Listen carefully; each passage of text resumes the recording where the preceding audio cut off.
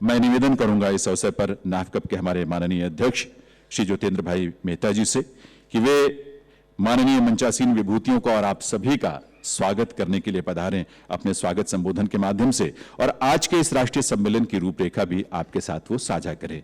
श्री ज्योतिंद्र भाई मेहता जी। आदरणीय गृह मंत्री और राष्ट्र के पहले सहकार मंत्री आदरणीय श्री अमित भाई, minister of state cooperation Shri BL Verma साहब, हम जिनके पास फ्रीक्वेंटली जाते हैं और वो प्रेम से सुनते हैं और सॉल्यूशन के लिए तैयार रहते हैं, ऐसे भारत सरकार के सहकार मंत्रालय के सचिव श्री ज्ञानेश कुमार जी,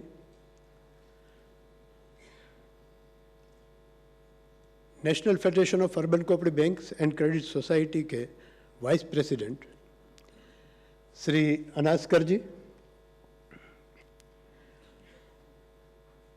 बहुत से लोग यहाँ बैठे हैं,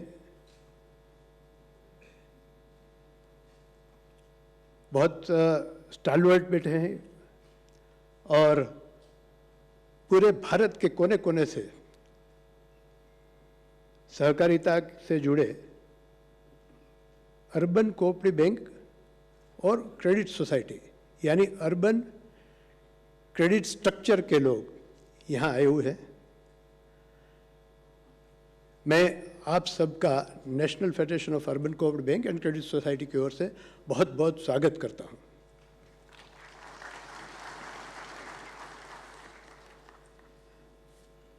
सबसे पहले मैं मोदी जी का धन्यवाद करूँगा कि हमारी बहुत पुरानी मांग थी कि सहकारिता का एक अलग मंत्रालय हो और वह मंत्रालय करीब 1 साल पहले हमें भेंट कर दी मोदी जी ने।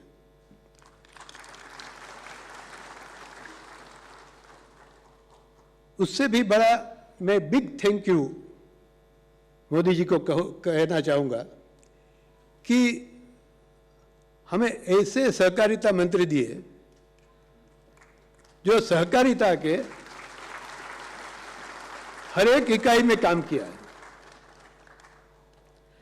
और मैं कहूँगा कि वो जहाँ भी रहे, वो गुजरात में MLA रहे, गुजरात के गृह मंत्री रहे, भारतीय जनता पक्ष के अध्यक्ष भी रहे और गृह मंत्री भारत सरकार के भी रहे, लेकिन सहकारिता उनका प्रथम प्रेम है और इसलिए अमित भाई के लिए मैं कह सकता हूं कि उनके DNA में सहकारिता है।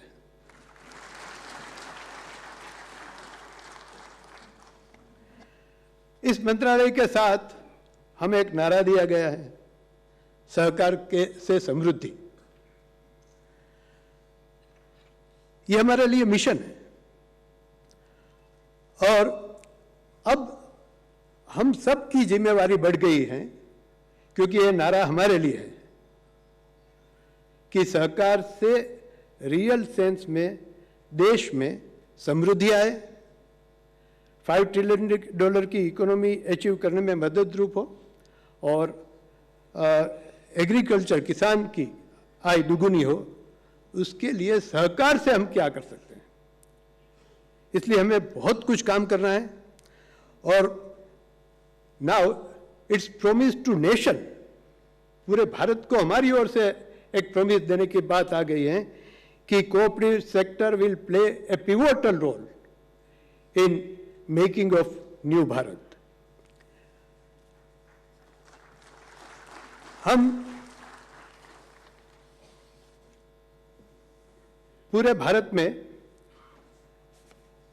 1534 अर्बन कोऑपरेटिव बैंक हैं और करीब 1 लाख के अर्बन क्रेडिट सोसाइटीज हैं। इन सब का जब हम एजुकेशन के लिए सोच रहे हैं तो हम थोड़ा ऐसा भी हम कर रहे हैं कि भारत में जो 1534 अर्बन कोऑपरेटिव बैंक हैं उसमें छोटी छोटी बैंक ज़्यादा हैं। छोटी मीन्स टायर वन का मतलब है 100 करोड़ से कम डिपॉजिट वाली बैंक, वो है 846। टायर 2 यानी 100 करोड़ से ऊपर वाली वो है 688।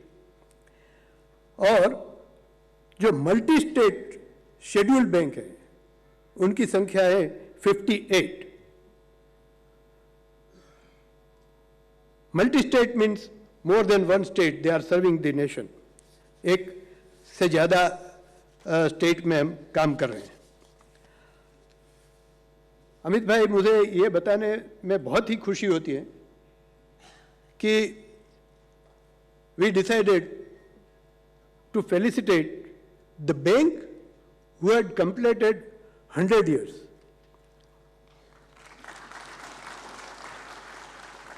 और हम सोच रहे थे कि कुछ इतनी बैंक होगी कि हम सबका अवार्ड दे देंगे, लेकिन जब पूरा सर्वे खत्म हो गया, हर एक फेडरेशन से हमने आंकड़े लिए और हर एक को पूछ कर हमने जो आंकड़े मंगवाए, तो भारत में कुल out of 1534 urban cooperative bank कुल मिला के 195 bank they have only served 100 years to the society and to the nation.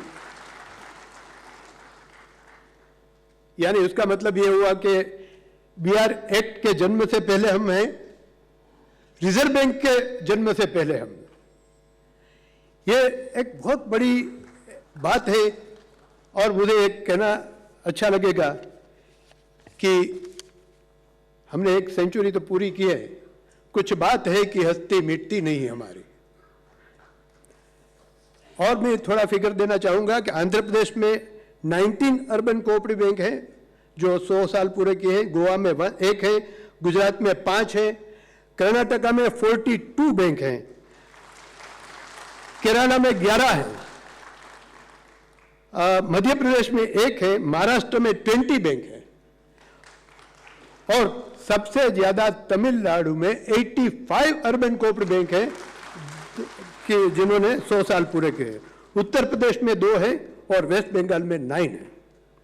इसके साथ साथ मैं ये भी कहना चाहूंगा कि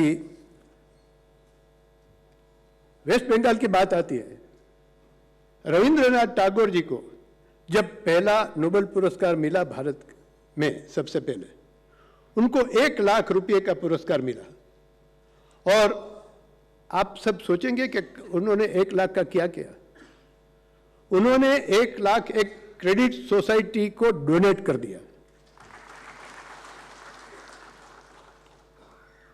और ये जो हिस्ट्री है कोऑपरेटिव की, वो हमें आज अपने आप को समझानी है और हम ऐसी हिस्ट्री लेकर आए हैं कि हमें हमारे लिए अब जो काम है वो और नेक्स्ट सेंचुरी का सोचने का है।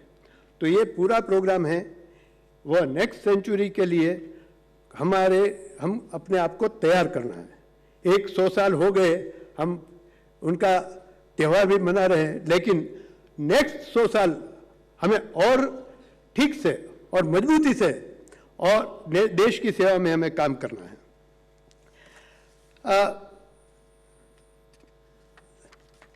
हमारे बहुत से इश्यूज भी हैं, उसके लिए मैं थोड़ी बात करना चाहूँगा क्योंकि आज मुझे भी मौका मिला है हम सबकी बात करने का। सबसे पहला जो इश्यू है वह है जब ये बैंकिंग रेगुलेशन एक्ट अमेंड हुआ, उसके बाद कुछ प्रावधान ऐसे हैं कि काफ़ी रिस्ट्रिक्टिव रहे। नया बैंकिंग रेगुलेशन एक्ट में term of board of director हैं वो 8 इयर्स बना दिए मैक्सिमम, यानी 4 साल की 2 टर्म। और प्रॉब्लम यह है कि हमारे सबके बाइलॉज में, स्टेट एक्ट में और 97th अमेंडमेंट में जो बोर्ड की जो बनाई गई है वो है 5 years, यानी 97th अमेंडमेंट ऑफ कॉन्स्टिट्यूशन में भी 5 साल का कहा गया है। तो हमारे लिए ये बहुत इम्पोर्टेंट बात हो गई कि हम कैसे करेंगे इसको। और हमने जो बहुत से सुझाव लिख के दिए हैं, मुझे इस मौके पर यह भी कहना चाहूँगा मैं कि हमने बहुत से सुझाव मंत्रालय को लिख के दिए और मंत्रालय ने हमारे साथ 4-5 मीटिंग भी की और खुद अमित भाई ने 2 मीटिंग की है, यानी they are taking full interest. लेकिन ये सब हमारे इश्यूज हैं, छोटे छोटे इश्यू भी उन्होंने काफ़ी अच्छे से उसको निपटाया है। और मुझे लगता है कि अभी जो 10 दिन पहले रिजर्व बैंक ने एक रियायत दे दी अर्बन कोऑपरेटिव बैंकों को, टायर 1 और टायर 2 दोनों प्रकार की बैंकों को हाउसिंग फाइनेंस का जो सीलिंग था वो डबल कर दिया। मैं जब ज्ञानेश कुमार जी से मिलता हूँ तो चिंता करते हैं, हमसे पूछते भी हैं और काफ़ी एक्सपर्ट लोगों को भी बुलाते हैं। और रिजर्व बैंक के साथ उनका एक ऐसा रेपो है कि because of them, because their efforts, ये रिजर्व बैंक भी हमारे लिए कुछ समझने लगी है। हमारे जो हैं इश्यूज, उसमें एक सबसे बड़ा इश्यू है अमित भाई, ये जो माधवपुरा बैंक के बाद 2002 के बाद 10 साल तक एक भी ब्रांच हमें नहीं मिली। रिजर्व बैंक ने वन साइडेड स्टेप लिया था, उस समय ये हो भी सकता है उनके दिमाग में, लेकिन अब जब हमें भारत की सेवा में छोटे लोगों को और मध्यम वर्ग के लोगों को उनको उठाना है, ऊपर समृद्धि लानी है, तब हमें ये ब्रांच का जो है ये भी हमें मिलना चाहिए जल्दी से। और हालांकि मैं ये भी कहना चाहूँगा कि reserve bank has started giving branches, इसलिए ऐसा भी नहीं है कि नहीं है, लेकिन 10 साल हम पीछे रह गए तो हमारा ग्रोथ भी पीछे रह गया। और जो हमारे इश्यूज हैं उसमें सबसे बड़ा इश्यू और भी है कि कुल मिला के हमारे जो बैलेंस शीट को क्लींजिंग करने की प्रोसेस है उसमें हमें बहुत से सपोर्ट नहीं। हम किसी आदमी को 5 करोड़ की लोन दे सकते हैं लेकिन 5 रुपया माफ़ नहीं कर सकते। उसके लिए भी हमें एक ऐसी प्रोसेस चाहिए कि वन टाइम सेटलमेंट और कॉम्प्रोमाइज़ जो भी है ऐसे हमें चाहिए। वैसे बहुत से इश्यूज है जो हमने उनको लिख के भी दे दिए हैं और भारत सरकार का कृषि मंत्रालय बहुत ही उनके ऊपर एक्टिव भी है। क्रेडिट सोसाइटी के लिए जो छोटी छोटी क्रेडिट सोसाइटी छोटे गांव में है उनके लिए भी हमारे जो इश्यूज है वो सब इनकम टैक्स रिलेटेड है। उनको ATP का जो है बेनिफिट मिलता है डिडक्शन का, लेकिन उनके इंटरेस्ट के इनकम ऊपर, इंटरेस्ट इनकम जो होती है चाहे ये कोऑपरेटिव बैंक से हो चाहे नेशनलाइज बैंक से, उनके ऊपर असेसिंग ऑफिसर ने दे स्टार्टेड एडिंग उनका जो इंटरेस्ट इनकम है उनको टैक्सेबल कर रहे हैं। ये एक बहुत बड़ा इशू है। सबसे बड़ा इशू यहाँ ये भी है कि सेक्शन 269 SS और ST वो है कि 20,000 से ज़्यादा आप एक आदमी से कैश का नहीं कर सकते हैं ट्रांजैक्शन। ये 20,000 की जो सीलिंग है वो कोऑपरेटिव क्रेडिट सोसाइटी को एक एंटिटी मान के उनके ऊपर असेसमेंट किया जाता है और लाखों करोड़ों रुपए की पेनल्टी भी ले रहे हैं ये लोग। तो ये सब इनकम टैक्स रिलेटेड इश्यू भी है।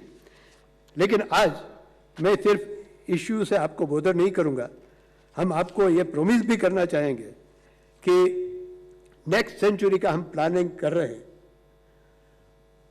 जैसे भारत में मैंने बताया 1534 बैंक हैं, ऐसे ही पूरे दुनिया में यूरोप, अमेरिका, ऑस्ट्रेलिया, यूरोप के छोटे छोटे कंट्रीज, वहां भी thousands of banks and credit cooperative unions हैं। लेकिन उन सब का एक अम्ब्रेला ऑर्गेनाइजेशन है। ये अम्ब्रेला ऑर्गेनाइजेशन भारत में भी होना चाहिए, ऐसा सोच के रिजर्व बैंक ऑफ इंडिया, यहाँ विश्वनाथन साहब हैं, रिजर्व बैंक ऑफ इंडिया, और ने एक अम्ब्रेला ऑर्गेनाइजेशन के लिए एक कमेटी बनाई थी उसका रिपोर्ट बनाने के लिए।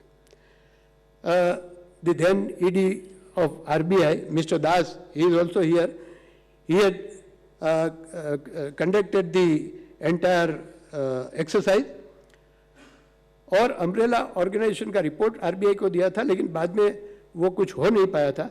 हमने नाफकब की ओर से दास साहब को रिक्वेस्ट की कि हमारे एक और हम रिपोर्ट बनाए, नाफकब रिपोर्ट बनाए, और नाफकब ने जो रिपोर्ट बनाया उसका रिपोर्ट हमने आरबीआई को सबमिट किया। आरबीआई एक्सेप्टेड द रिपोर्ट कि यहाँ भारत का अम्ब्रेला होना चाहिए। कुछ कंडीशन डाली है, 300 करोड़ की कैपिटल भी हमें चाहिए। अमित भाई ने एक मैजिक करके दिखाया है पुराने दिनों में, जब माधवपुरा बैंक गिर रही थी गुजरात में, और माधवपुरा बैंक की वजह से और बैंकों को प्रॉब्लम होने वाला था, तो माधवपुरा रिवाइवल पैकेज बनाया गया, और रिवाइवल पैकेज में 300 करोड़ गुजरात की बैंक कंट्रीब्यूट करे, ऐसा एक प्रावधान था। और अमित भाई गुजरात के कोने कोने में एक बैंक में गए और सबको कहा कि 300 करोड़ आपको कंट्रीब्यूट करना है, और 300 करोड़ करके दिखाया। बाद में माधवपुरा का रिवाइवल पैकेज शुरू हो गया, और माधवपुरा के एडमिनिस्ट्रेटर के रूप में भी सबने काम किया। लेकिन ये जो 300 करोड़ का न्यूक्लियस है, तो मैं कहना चाहूंगा कि गुजरात में उस समय तो 250 बैंक थे, उनसे 300 करोड़ लिया। अब हमारे पास 1534 अर्बन कोऑपरेटिव बैंक है। हम सब मिलके एकता दिखाते, आवाज दो हम एक हैं, आपने सुना, हम एकता दिखा के ये 300 करोड़ की कैपिटल भी कंट्रीब्यूट करेंगे, और बाकी लोगों से, यानी टेक्नोलॉजी और बाकी लोगों से भी हम ऐसा बिजनेस मॉडल खड़ा करना चाहते हैं। क्योंकि ये छोटी छोटी बैंक है, उनके लिए technology is very expensive thing. ये छोटी छोटी बैंक को जिनकी डिपॉजिट ही 2 करोड़ है, ऐसी भी बैंक है, इन लोगों के लिए नए जमाने की लेटेस्ट टेक्नोलॉजी लाने का बहुत बड़ा प्रॉब्लम है। बड़ी बैंकों को भी है, अपने आप इश्यू, दूसरे अलग इश्यू है। उन सब के लिए ये अम्ब्रेला बनेगा, टेक्नोलॉजी अम्ब्रेला, हम टेक्नोलॉजी प्रोवाइड करेंगे। और ये अम्ब्रेला जो है वो उसके लिए मैं एक बात कहूँ तो यूरोप, अमेरिका में जो अम्ब्रेला है, उनके कारण जब ग्लोबल मेल्टडाउन हुआ था, यूरोप और अमेरिका में बड़ी बड़ी बैंक ढह रही थी, लेमन ब्रदर्स वगैरह ढह रहे थे, तब बिकॉज ऑफ अम्ब्रेला ये छोटी छोटी क्रेडिट यूनियन और कोऑपरेटिव बैंक सब एकदम सेफ रही। So this kind of umbrella we must have in our Indian cooperative credit sector. मैं समझता हूं कि अम्ब्रेला जो है ये अगली सेंचुरी का प्लानिंग है। हम 100 साल की जो हमने प्लानिंग की, 100 साल तक तो हम बहुत प्रेम से काम किया है, अब नेक्स्ट 100 साल का ये प्लानिंग है।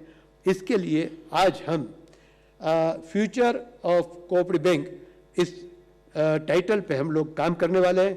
आज हम अम्ब्रेला के लिए भी बात करेंगे। आज हम क्रेडिट सोसाइटी के प्रॉब्लम से, हमारे कई इश्यूज लीगल में फंसे हैं, हाई कोर्ट में, डिफरेंट हाई कोर्ट में है, तो उनके लिए भी हम सब सोचेंगे। 97th अमेंडमेंट के समय जिन्होंने बहुत बड़ा काम किया था, प्रकाश जानी जी, वो भी हमारे बीच में हैं, और ये सब सब्जेक्ट के ऊपर हम डील करते हुए मैं समझता हूँ भारत सरकार के सहकार मंत्रालय के साथ में हम सब मिलके जो हमको टारगेट दिया गया है सहकार से समृद्धि, डबलिंग ऑफ एग्रीकल्चर इनकम और $5 ट्रिलियन इकोनॉमी, उसमें $5 ट्रिलियन की इकोनॉमी बनानी है तो सिर्फ अडानी अंबानी नहीं बनाएंगे, हम सब छोटे छोटे लोग भी बनाएंगे, उनका भी विकास हो, उनके भी समृद्धि हो। इसलिए हमें सब अर्बन कोऑपरेटिव क्रेडिट स्ट्रक्चर को काम करना है। मैं समझता हूं हम सब मिलके अमित भाई को एक आश्वासन देंगे कि हम सब मिलके ये काम करके दिखाएंगे, और आप सब लोगों ने यहाँ आके इतनी बड़ी मात्रा में हमारी शक्ति का, एकता का एक अनुभव किया है, इसलिए आप सबका मैं तहे दिल से धन्यवाद करता हूँ। Thank you very much. Bharat माता की जय।